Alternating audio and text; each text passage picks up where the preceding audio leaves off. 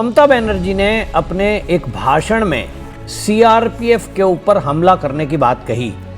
इस भाषण को लेकर अब चुनाव आयोग सख्त एक्शन लेने जा रहा है और उसने जांच के आदेश दिए हैं कि इस मामले में जो ममता बनर्जी ने भाषण दिया, क्या उसमें कुछ इस तरह की उकसाने वाली बात की है। आपको बता दूं कि पश्चिम बंगाल में ममता बनर्जी इस समय पूरी बौखला गई है, क्योंकि उनको ये लग चुका है कि अब उनकी सरकार बनने से रही। और इसीलिए ममता बनर्जी शुरू में एसआईआर को रोकने के लिए हथकंडे अपना रही थी, सुप्रीम कोर्ट तक गई, एसआईआर नहीं रुकी।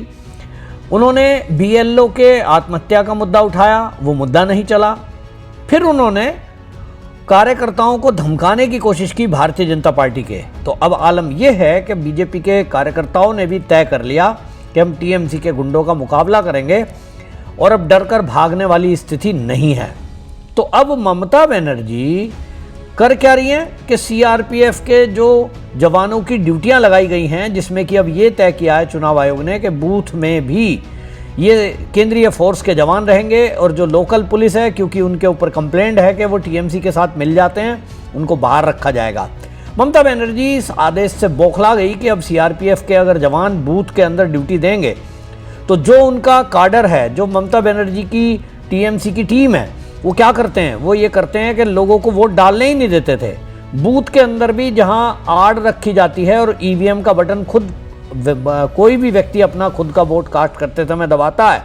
ऐसे बहुत सारे वीडियो पिछले चुनाव में आए कि टीएमसी के कार्यकर्ता वोट कास्ट करने वालों के साथ ईवीएम तक गए हैं और अपनी मर्जी से उनको बटन तक नहीं दबाने दिया है। खुलेआम ये वीडियो आते थे।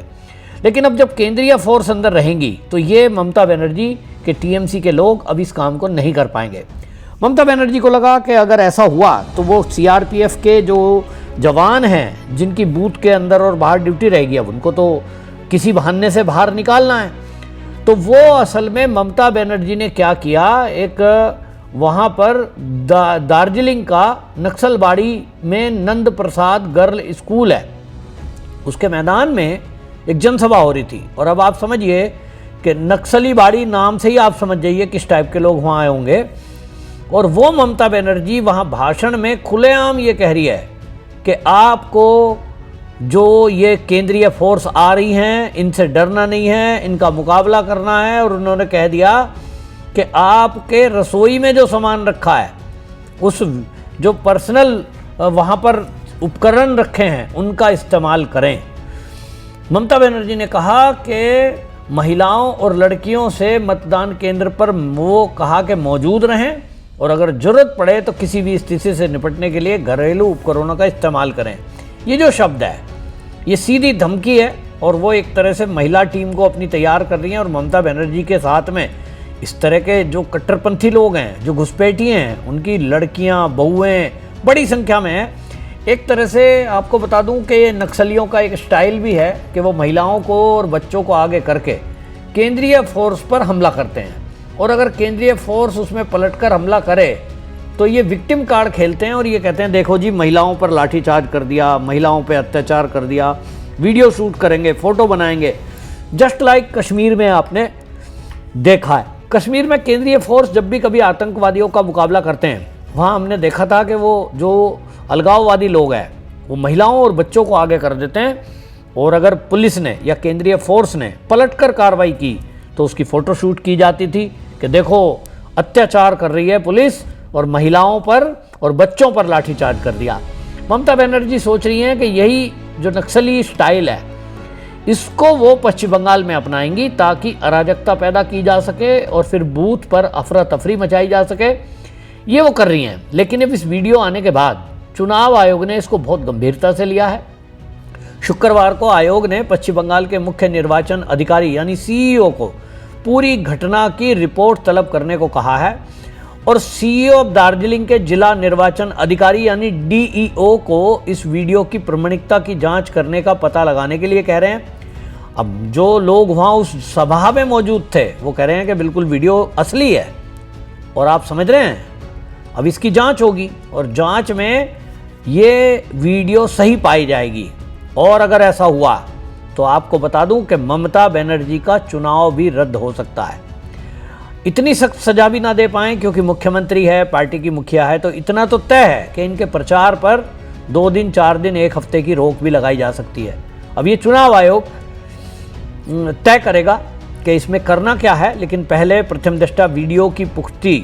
अब मैंने तो एक महिला से बात हुई जो वहाँ उस सभा में मौजूद थी, लेकिन अब तो कानूनी पचड़ा है, जांच होगी और अगर वो वीडियो सही पाई गई तो समझ लीजिए ममता बनर्जी की मुसीबत बढ़ेंगी।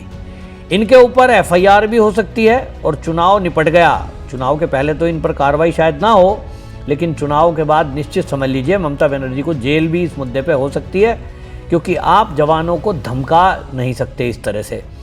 आप लोगों को उकसाकर बूथ पर टकराव की स्थिति पैदा करना चाहते हैं। ये इस वीडियो में साफ दिखाई दे रहा है ममता बनर्जी चाहती क्या है। भारतीय जनता पार्टी के प्रवक्ता हैं शहजाद पूनावाला, उन्होंने कहा कि देखिए ममता दीदी एक तरफ घुसपैठियों और रोहिंग्याओं के लिए रेड कारपेट बिछाती है, वहीं सुरक्षा एजेंसियों का अपमान ये टीएमसी की पहचान बन चुकी है और ये दिखाता है कि संविधान सुरक्षा एजेंसी इनका कोई सम्मान टीएमसी नहीं करती। टोटल माफिया कल्चर बन चुकी है। अमित मालवीय ने इसको लेकर लिखा कि पश्चिम बंगाल के मुर्शिदाबाद में रामनवमी के मौके पर जो जंगीपुरा की सड़कों पर जुलूस के दौरान हिंसा हुई, इसमें 70% से ज़्यादा मुस्लिम आबादी है और ममता बनर्जी पश्चिम बंगाल के कई बॉर्डर जिलों में इस तरह से डेमोग्राफी को बदल चुकी है। यानी एक तरह से भारतीय जनता पार्टी इस मुद्दे पर घेर रही है। लेकिन आपको जैसा मैंने बताया कि चुनाव आयोग इस मामले में कड़ा फैसला ले रहा, ऐसा कई पिछले फैसलों से दिखाई दे रहा है। इसमें एक बयान सामने आया, आपको बता दूं, संग्रामी जोध्या मंच के एक मुख्य संयोजक हैं, उन्होंने भास्कर घोष, उन्होंने बताया कि पश्चिम बंगाल में हालात ये हैं कि यहाँ सरकारी कर्मचारी जो है वो टीएमसी के कार्यकर्ता की तरह काम कर रहे हैं, ममता बनर्जी का प्रचार कर रहे हैं, मीटिंग बुलाई जा रही है, ट्रेनिंग चल रही है चुनाव की, तो उसमें ममता बनर्जी का फ़ोटो दिखाया जा रहा है।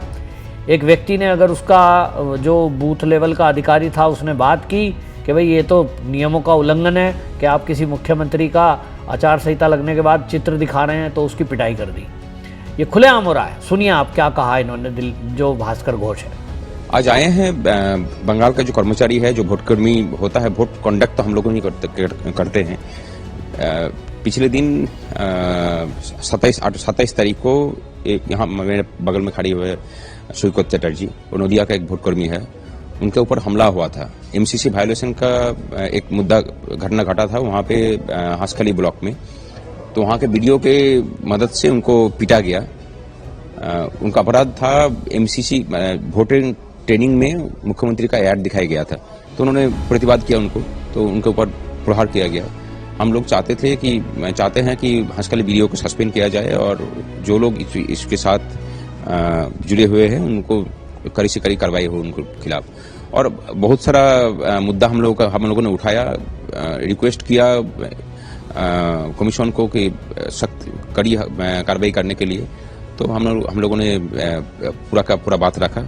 कमीशन जो बोला, हम टाइम मांगा, थोड़ा टाइम हम लोग दे रहे हैं। अगर उसके अंदर में कोई ठोस कदम नहीं उठाया गया तो हम लोगों ने बोला है कि हम लोग लड़ाई के लिए तैयार हैं, वोटिंग बॉयकॉट होगा, हम लोग नहीं जाएंगे वोट लेने के लिए। कि बंगाल का जो सरकारी प्रशासन है उसमें आईपैक जो तृणमूल का शासक दल है, यहाँ पे तृणमूल का जो वोटिंग मैनेजमेंट देखता है, उनका कर्मचारी पूरा सरकारी कर्मचारी बन के हर एक दफ्तर में बैठा हुआ है।